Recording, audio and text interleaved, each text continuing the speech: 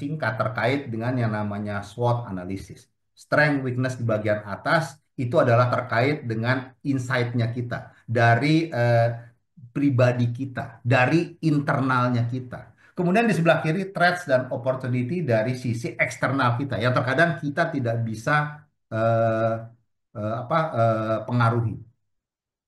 Minggu lalu ada yang bertanya kepada saya terkait dengan pihak eksternal. Pak, saya bisa mempengaruhi pihak eksternal nggak? Bisa.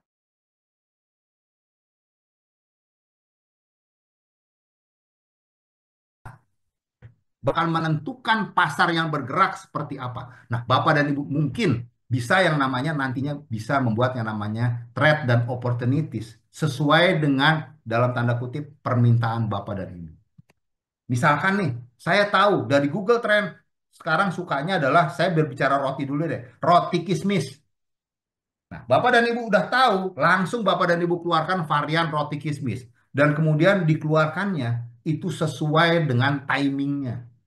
Orang masuk kerja, orang nanti pulang kerja. Itu semua di-boost di media sosial. Orang akan melihat. Dan di dalam Google Trend secara tidak langsung akan menentukan bahwa banyak orang akan bertanya-tanya roti kismis dari toko A misalnya.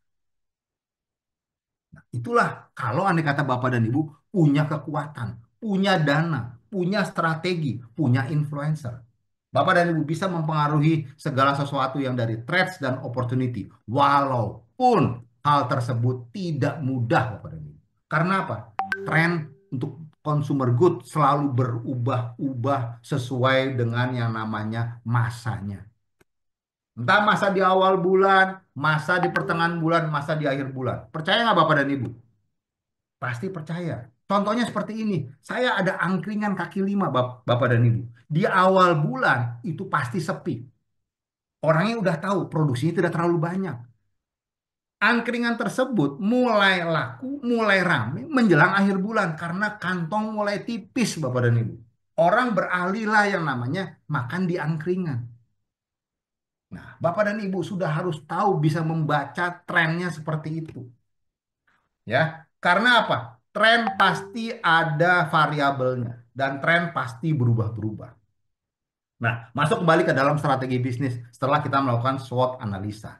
Terkadang kita harus memilih, ya. Terkadang harus memilih kalau andai kata strateginya adalah ST misalnya. Itu misalkan memanfaatkan potensi kekuatan untuk menghadapi segala macam ancaman. Atau strategi kita WT, weakness dan threat, meminimalkan kelemahan untuk menghadapi ancaman. Kita minimalkan kelemahan kita. Terkait kelemahan kita apa? Kelemahan kita adalah terkait dengan dana misalnya. Ancamannya adalah apa? Ancamannya adalah toko-toko besar gitu misalnya. Minimalkan kelemahan terkait dengan dana. Misalkan kalau kita buka toko, jangan buka tokonya itu head to head dengan misalkan toko besar gitu. Kita sudah tahu pelanggan kita itu adalah pelanggan yang kelasnya adalah misalkan menengah bawah. Kita nggak mau head to head dengan pelanggan yang besar itu, di mana adalah pelanggannya kelas menengah dan atas. Tempatnya pun kita nggak mau ada di tengah kota misalkan. Kita agak sedikit minggir sedikit. Kita berusaha untuk bisa meminimalkan kelemahan. Jikalau ada kata mungkin menjadi kekuatan kita.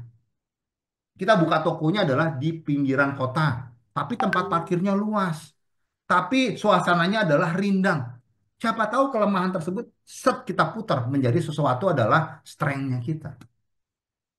Atau strategi kita misalkan SO, strength dengan opportunities. Kita memanfaatkan potensi kekuatan untuk meraih peluang. Kita boost segala sesuatu yang namanya kekuatan yang ada di tempat kita untuk bisa meraih yang namanya peluang. Atau yang terakhir, WO, weakness dari opportunity. Nah, ini adalah kita mengatasi kelemahan untuk bisa meraih peluang. Contohnya adalah misalkan gini, kelemahan kita adalah kembali di pendanaan. Tapi saya punya nih yang namanya beberapa kenalan analis dari sisi banking.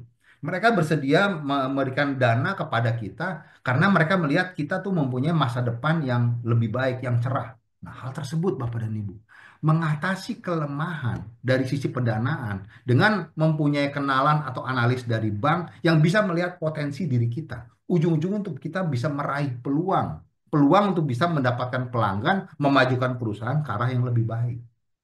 Contohnya seperti itu. Nah, Bapak dan Ibu, saya berikan juga contohnya terkait dengan yang namanya internal, eksternal ya. Kalau tadi kita berbicara ulang lagi dari awal, strength kemudian weakness. Strength kekuatan ada inovasi dalam varian produk. Desain interior yang menarik, aktif di media sosial. Dari sisi weakness, kelemahannya biaya operasional yang tinggi. Persaingan dengan brand terkenal lainnya dan bergantung kepada tren konsumen. Dari pihak eksternal, ada opportunities. Saya ulangi lagi, kerjasama dengan influencer, program diskon dan loyalitas pelanggan, pengembangan menu untuk ekspansi. Dari sisi threat, ancaman, ketidakpastian ekonomi, perubahan kebijakan pemerintah, ketidakpastian pasar dan tren konsumen. Nah, salon Bapak dan Ibu sudah buat seperti itu. Coba dirumuskan terhadap SO-nya, WO-nya, ST-nya, serta WT-nya Bapak dan Ibu. Coba Bapak dan Ibu dipikirkan ya, kalau dari kekuatan saya, opportunity seperti ini, SO saya seperti apa? Ini saya tuliskan contohnya. SO, mempromosikan varian produk secara berkala melalui influencer. Atau dari sisi WO, ya, weakness digabungkan dengan opportunity. Perlunya efisiensi biaya di segala area. Atau dari strength kemudian kita masuk kepada threat. Menjawab tren pasar dengan varian produk yang ekonomis. Karena orang sudah beralih nih misalkan. Serta fleksibel dalam penetapan harga. Bapak dan Ibu, dalam penetapan harga, ya, ini saya katakan juga, orang itu sangat sensitif kalau harga naik. Betul nggak Bapak dan Ibu? Tapi orang tidak sangat bergembira kalau andai kata harganya turun. Bagaimana strateginya? Saya belajar juga dari pendampingan UMKM, Bapak dan Ibu. Dia bisa melihat ke depan. Dia memproduksi sesuatu produk. Dia sangat tahu menjelang-jelang hari raya harga sebuah bahan baku itu akan meningkat. Di mana produk saya akan boost di pasar. Dia sudah tahu hal tersebut dari belajar dari pengalaman. Dia langsung masuk yang namanya membuat yang namanya stok sedikit lebih banyak. Ujung-ujungnya pada saat dia launching harga di saat Lebaran, harganya masih sama. Bahkan dia bisa mendapatkan keuntungan yang lebih. Nah, itu Bapak dan Ibu harus tahu. Ya, yang namanya bahan baku itu adalah threat, adalah ancaman jikalau andai kata naik. Ya, karena pelanggan itu tidak akan terima. Kemarin minggu minggu lalu harganya barusan misalkan rotinya barusan 10.000. Kok bisa naik 11.000 sih? Kenapa sih? Oh, harga telurnya naik sekarang sekilonya 32.000. Terkadang jawabannya memang realitanya benar seperti itu, tapi pelanggan tidak mau mendengar seperti itu. Dia sudah terbiasa dan mau mengeluarkan uang hanya 10.000. Jangan dipaksa lagi, walaupun itu hanya 1.000 rupiah, itu sudah sensitif di tempat dia, Bapak dan Ibu. Ujung-ujungnya dia nanti begitu keluar toko, walaupun dia membeli barangnya itu 11.000, dia keluar, ah toko ini pelit. Masa itu telur aja 32.000 yang biasanya 26 sekilonya, masa langsung naikin harga 1.000, pengen cepet kaya dan segala macam. Ujung-ujungnya dia nggak akan balik, Bapak dan Ibu. Terkadang Bapak dan Ibu harus tahu bagaimana untuk menyikapi hal tersebut. Entah dengan yang namanya Bapak dan Ibu bisa membaca tren, bisa membaca kebijakan pemerintah, bisa mendengar dari para saudara-saudara, misalkan dari para pedagang, untuk bisa melihat apa yang akan terjadi di masa depan, di masa pendek yang dapat mempengaruhi harga jual saya. Dan Bapak dan Ibu harus sensitif terhadap itu. Ya, saya melihat nih di antara Bapak dan Ibu rata-rata ini adalah owner semua, pemimpin perusahaan. Walaupun perusahaan itu cuma satu orang, Chief Executive Everything, ya, COO misalkan, ya. Tapi Bapak dan Ibu harus bisa untuk mau melihat hal tersebut. Ya, dan terakhir saya mencontohkan adalah WT, weakness dan threat. Perlunya penekanan biaya operasional dengan memperhatikan kebijakan pemerintah serta ketidakpastian pasar. Bapak dan Ibu, jikalau Bapak dan Ibu sudah memproduksi sesuatu, ya, silakan Bapak dan Ibu untuk bisa apa ya, introspeksi diri. Internal saya strength dan weakness seperti apa. Kemudian opportunities serta threat-nya seperti apa. Karena apa? Jikalau Bapak dan Ibu mau jujur untuk bisa mau apa ya, mau jujur untuk mau melihat apa sih yang namanya SWOT-nya saya. Mudah-mudahan Bapak dan Ibu bisa tahu, oh seperti ini loh SWOT saya. Silakan diambil, mau strateginya SO, mau strateginya WT, mau strateginya WS dan sebagainya, silakan diambil. Kemudian Bapak dan Ibu, kalau andai kata saya boleh tambahkan, dibuat sebuah rencana bisnis. Oh, saya ambil yang ini. Dibuat namanya rencana bisnis dengan yang namanya SMART. Wah, ini ada sesuatu ilmunya lagi Bapak dan Ibu ya. SMART. Kalau saya boleh mengatakan, S-nya itu adalah tujuannya harus ditulis secara spesifik. Kemudian yang kedua adalah measurable, sesuatu yang dapat diukur, ya. M-nya. Kemudian A, kemudian itu adalah attainable, ya, sesuatu yang dapat diraih, ya. Kemudian R itu adalah relevan. Memang itu harus dikerjakan, memang itu harus diraih. Dan yang terakhir adalah T, time bounded. Ada waktunya. Sebuah tujuan Bapak dan Ibu harus dibuat dengan namanya metode SMART. Nanti di dalam pembelajaran selanjutnya, di dalam Jalin Mikro Mandiri akan juga dikaitkan dengan terkait dengan problem solving, metode SMART, dan segala macam. Itu akan dibahas. Bapak dan Ibu silakan ikutin kelas-kelasnya.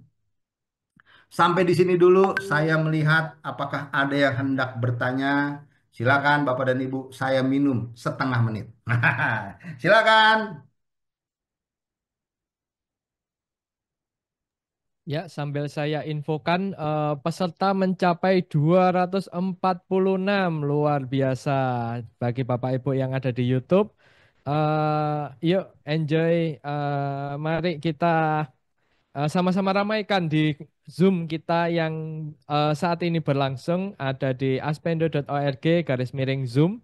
Bapak Ibu bisa ikuti kelas kami setiap Kamis jam 9 pagi. Dan Bapak Ibu bisa lihat di kolom chat kita ada mendaftar sebagai absensi ya hari ini ya. Jadi Bapak Ibu mungkin ketika mungkin bertanya absennya di mana gitu ya. Itu ada di aspendo.org/jamin. Jadi sebenarnya di jalinmikromandiri.id _undangan _kode pelatihan hari ini. Namun agar mempermudah kita ganti ke aspendo.org/jamin untuk Bapak Ibu bisa masuk ke dalam kelas-kelas yang Bapak Ibu nanti bisa pilih. Kemudian bisa join ke grup kita, ada aspendo.org/grup yang mengejutkannya pagi ini sudah akan meledak lagi. Jadi kita akan bikin grup baru lagi dan aspendo.org/WhatsApp. Terus ada form feedback dan juga jangan lupa like, subscribe ya. Mohon jempolnya silahkan ditonton video kami ada di youtube.com/@aspendo. Di video itu nanti ada video-video kami di like, kemudian nanti di live, di tab live-nya itu ada streaming itu adalah rekaman-rekaman aktualisasi yang seperti hari ini juga. Nah, itu bisa ditonton sebentar, terus dikasih like, terus kasih subscribe biar nanti subscribe-nya terhitung dan agar setiap kelas pelatihan kita seperti pagi ini bisa selalu di-online-kan di YouTube agar dapat terrecord. Jadi mohon supportnya Bapak Ibu untuk subscribe. Kalau subscribe-nya tidak terpenuhi nanti bisa stop nanti untuk recordnya. Jadi mohon untuk dukungannya Bapak Ibu. Terima kasih dan saya kembalikan ke Bu Ari dan Pak Endarta. Oke, silakan. Saya bacakan dulu deh. Saya buka mic-nya langsung nih dari Kak Fahira Azara. Silakan Kak Fahira Azara. Saya sudah membaca. Mungkin Kak Fahira Azara mohon sampaikan supaya teman-teman yang lain juga mendengar. Silakan Kakak. Oke, akses mic-nya sudah saya to unmute. Maaf Pak, saya mau tanya terkait yang tadi Ya, Bapak bilang pada awal acara ya. ya, Katanya kalau mau jualan itu kan harus percaya dengan produk kita sendiri. Kalau ditanyain dengan orang apa sih kelebihannya, yaitu rasanya misalnya atau enggak kualitasnya ya, atau enggak pelayanannya. ya. Tapi bukankah mengikuti keinginan pasar dan konsumen juga diperlukan dalam membuat usaha? Oke, Terima kasih. oke. Terima kasih. Pertanyaan yang sangat menarik. Nah, Bapak dan Ibu, di dalam membuat usaha, memang terkadang kita tidak bisa bertanya yang mana ayam duluan, yang mana telur duluan, Bapak dan Ibu. Tapi kalau kita hendak membuat usaha, poinnya pertama kalau menurut saya pribadi, kita adalah pelayanan terhadap pelanggan kita. Kita harus tahu keinginan pelanggan kita seperti apa. Mereka tuh maunya seperti apa. Dan nantinya kita akan matchkan dengan yang namanya kemampuan kita terhadap produknya kita. Setelah kita tahu apa yang namanya keinginan pelanggan kita, kita berusaha rumuskan untuk bisa melayani mereka.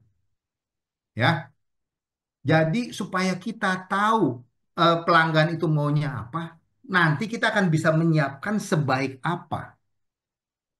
Kira-kira seperti itu. Percaya diri, betul. Kita harus percaya bahwa produk kita yang paling enak untuk memenuhi keinginan pelanggan.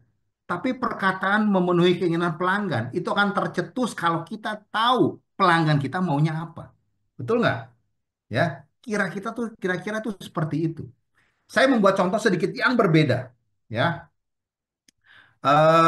alhasil adalah seperti ini. Saya pada waktu di dunia profesional, saya mempunyai gaji setiap bulan.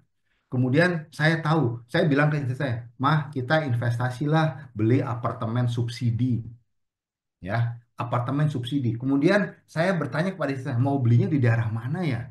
Pada waktu itu banyak apartemen subsidi yang untuk kelas menengah bawah.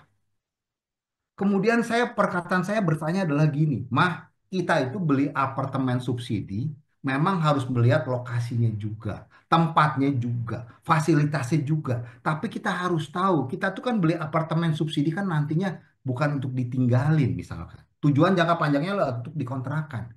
Saya harus tahu dulu pelanggan saya kira-kira siapa. Kira-kira kontrakan saya apartemen saya itu yang apartemen walaupun subsidi, setelahnya di dalamnya saya harus buat interiornya seperti apa. Saya harus memahami bukan yang namanya saya senangnya seperti apa. Terkadang saya harus menurunkan ego saya. Saya harus tahu pelanggan saya sukanya seperti apa. Misalkan dia sukanya adalah bentuknya ABC. Saya sebenarnya nggak suka bentuk ABC. Tapi saya sangat memahami pelanggan saya sukanya ABC. Saya buat ABC. Karena tujuannya apa? Apartemen itu bukan untuk saya tinggali. Ujung-ujungnya saya hendak mempunyai passive income. Hendak saya sewakan. Dan hal tersebut membuat saya percaya bahwa apa yang saya buat ini sudah sesuai dengan yang namanya keinginan pelanggan saya. Itu yang paling penting Bapak dan Ibu dalam berusaha. Terkadang kita jangan egois. Bilang seperti ini, produk saya yang paling enak. Saya tanya, satu rumah bilang, yes produknya si Hendarta kalau masak paling enak. Tapi apakah orang lain suka? Ujung-ujungnya kita tidak menjual kepada yang namanya anggota keluarga. Kita menjual kepada pelanggan kita. Ujung-ujungnya kita hendak mendapatkan untung. Kita sesuaikan dengan yang namanya keinginan pelanggan kita seperti apa. Kira-kira seperti itu jawaban saya, Kak Fahira. Apakah cukup memuaskan, Kakak?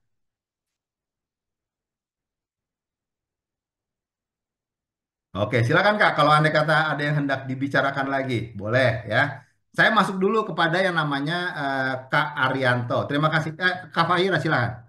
Iya, terima kasih Pak. Berarti itu bukan berarti menunjukkan kita nggak percaya diri kan kalau menyesuaikan dengan keinginan masyarakat gitu. Betul, Kak. Yang pertama-tama adalah Kakak tahu dulu keinginan masyarakat seperti apa. Ya. Dan kemudian Kakak buat produknya. Dan Kakak percaya diri bahwa apa yang saya buat ini akan match dengan keinginan yang namanya pelanggan. Baru itu mantap, Kak. Karena apa? Kita bukannya kalau Anda kata ditanya, Pak Hendarta, bisa nggak saya buat produk, kemudian saya coba untuk tekan, untuk dimasukkan, untuk diserap oleh masyarakat. Bisa. Tapi saya tanya, pertanyaan-pertanyaan dibalik lagi. Kenapa saya harus beli produknya Kak Fahira kalau Kak Fahira belum terkenal? Kalau Kak Fahira produknya sudah terkenal kemana-mana, sudah diterima oleh masyarakat, silakan Kak Fahira membuat sebuah inovasi dan kemudian disalurkan kepada masyarakat. Silakan Pak dicoba, diberikan testimoninya supaya saya tahu produk saya ini gimana. Nah, itu baru mantap Kak. Tapi bukannya kita istilahnya apa ya? Karena apalagi kita pengusaha mikro ya. Jangan kita tekan produk kita untuk supaya masyarakat suka. Mengeduket masyarakat itu sangat sulit. Tapi saat mereka sudah terpincut oleh produk kita yang reguler, kita memberikan sebuah produk baru alias kita test market, hati pun kita gembira walaupun nantinya gagal. Karena kita tahu semakin memahami pelanggan kita seperti apa. Demikian Kak Fahira, sedikit penjelasan saya. Baik, terima kasih Pak. Terima kasih Kakak. Lanjut kepada Kak Arianto. Silakan Kak Arianto. Baik, terima kasih Pak. Mungkin materinya yang sangat sangat luar biasa. Terima kasih. Mungkin sebelumnya perkenalkan diri Pak. Bismillah. Assalamualaikum warahmatullahi wabarakatuh. Perkenalkan saya dari Gerakan Ekonomi Kreatif Indonesia. Kebetulan di bidang kewirausahaan dan lingkungan atau sosial masyarakat lah, Ya. lebih ke masyarakat. Dan kemarin kami sudah terjun ke pasar-pasar yang ada di penjuru-penjuru pelosok Indonesia. Di daerah mana, Pak? Saya di daerah Samarinda, Pak, Kalimantan Wih, Timur. mantap. Salam jauh, salam dari Jakarta. Siapa? Kemarin dari Jakarta juga saya, Pak. Oke, siap. Yang mau saya tanyakan nih begini, Pak. Kenapa sih setiap kebijakan-kebijakan dari pemerintah yang hari ini tidak menyuplai atau tidak berpihak kepada kita, dan apa strategi untuk UKM itu naik kelas, sedangkan juga di ujung-ujung hari ini di tahun 2025 minim-minim pembeli itu sudah menurun karena adanya penaikan pajak 12%. Nah, mungkin tanggapan Bapak terkait itu tuh, karena minim keturunan keterbelanjaan orang-orang atau warga Indonesia hari ini dengan adanya naiknya pajak 12% itu sangat berpengaruh, Pak, di kalangan-kalangan usaha kecil lah, Pak.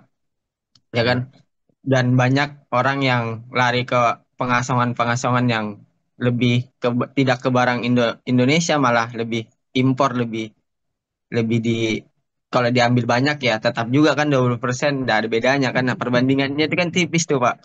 Nah, mungkin ya, tanggapan dari Bapak narasumber nih terkait itu, karena daripada materi tadi kan itu menjawab kelemahan, kekuatan, ya kan.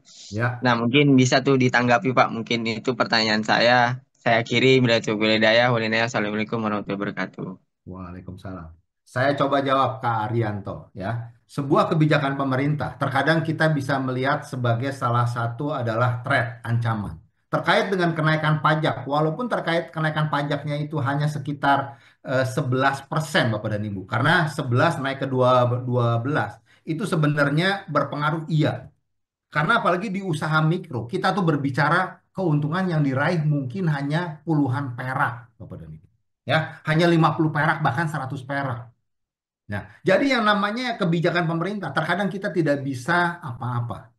Tapi yang harus kita pikirkan adalah bagaimana kita menyikapi pelanggan kita. Mereka maunya seperti apa. Ya, Bapak dan Ibu, saya berkaca adalah seperti ini. Saya juga mempunyai sebuah toko roti langganan yang ada di Kelapa Gading, Pak Arianto. Ya, pada saat itu dia menjual rotinya kembali 10.000. Tapi pada saat terjadinya kenaikan harga tepung terigu, saya itu nggak mau beli dengan harga 12.000. Kemudian si toko membuat sebuah strategi membelah roti itu menjadi harganya 5.000. Nah, pada saat kita sudah tahu pelanggan kita hanya kuatnya 5.000, kita ciptakanlah produk-produk yang menyusur kelasnya seperti itu. Kita jangan kekeh pada yang namanya kelas saya tetap di angka 12.000, kelas saya tetap di angka 10.000. Uang pelanggan kita tinggal sudah turun ke angka 5.000. Nah, kita harus berusaha untuk bisa tahu keinginan mereka seperti apa. Mungkin memakan rotinya tidak kenyang, tapi dia tidak beralih ke toko yang lain. Misalkan, karena apa? Kita buat resep yang berbeda, terigunya diturunin, segala macam diturunin. Bapak dan Ibu, jikalau Bapak dan Ibu merubah yang namanya rasa tanpa kehati-hatian, pelanggan akan beralih dan cepat beralih. Karena dia bilang apa? Jangan beli lagi di toko itu deh, rasanya udah nggak enak. Walaupun nanti harganya udah dibelah, harganya apa rasanya tetap nggak enak ya. Nah, Pak Rianto, kalau menurut pendapat saya, kalau kebijakan pemerintah kita tidak bisa apa-apa dengan yang namanya kebijakan impor. Saya dulu pernah di bidang tekstil, Pak. Saya itu terkadang hard eating. Yang namanya impor tekstil masuk terus-menerus ya. Yang namanya thrifting katanya barang bekas, tapi itu ternyata tidak barang bekas. Barang baru dianggap seperti barang bekas. Akhirnya perusahaan saya bekerja juga tutup, Bapak dan Ibu ya. Akhirnya saya hanya bisa berkata adalah apa yang kita miliki, yuk kita usahakan yang terbaik. Bisa jadi apa sih? Terkait dengan harga, memang terkait dengan harga perpajakan segala macam tidak bisa kita hindari.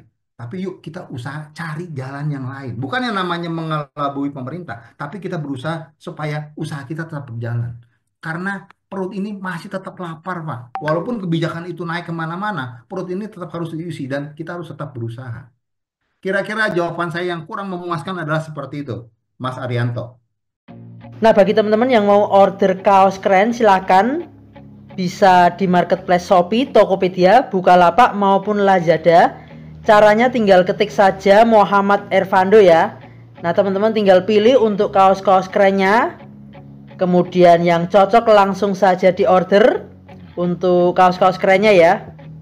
Bisa diorder satuan, lusinan, ataupun borongan, silahkan bebas. Nah, berikut ini saya kasih rangkumannya ya. Nah, teman-teman ketik saja di Shopee, Tokopedia, Bukalapak, Lazada, ketik Muhammad Irvando. Nah, kemudian juga tersedia kaos lengan panjang dengan desain-desain keren. Tinggal teman-teman pilih di marketplace Shopee, Tokopedia, Bukalapak, Lazada. Cuman untuk kaos lengan panjang ketiknya Vando Official Shop ya. Spesial untuk kaos lengan panjang, bisa untuk pria maupun wanita. Nah, untuk wanita yang berjilbab sangat cocok ya, karena pakai lengan panjang tersedia juga, dan tentunya dengan desain-desain kaos yang keren, kekinian. Nah, silakan teman-teman bisa ketik di Shopee, Tokopedia, Bukalapak maupun Lazada, ketik saja Vando Official Shop.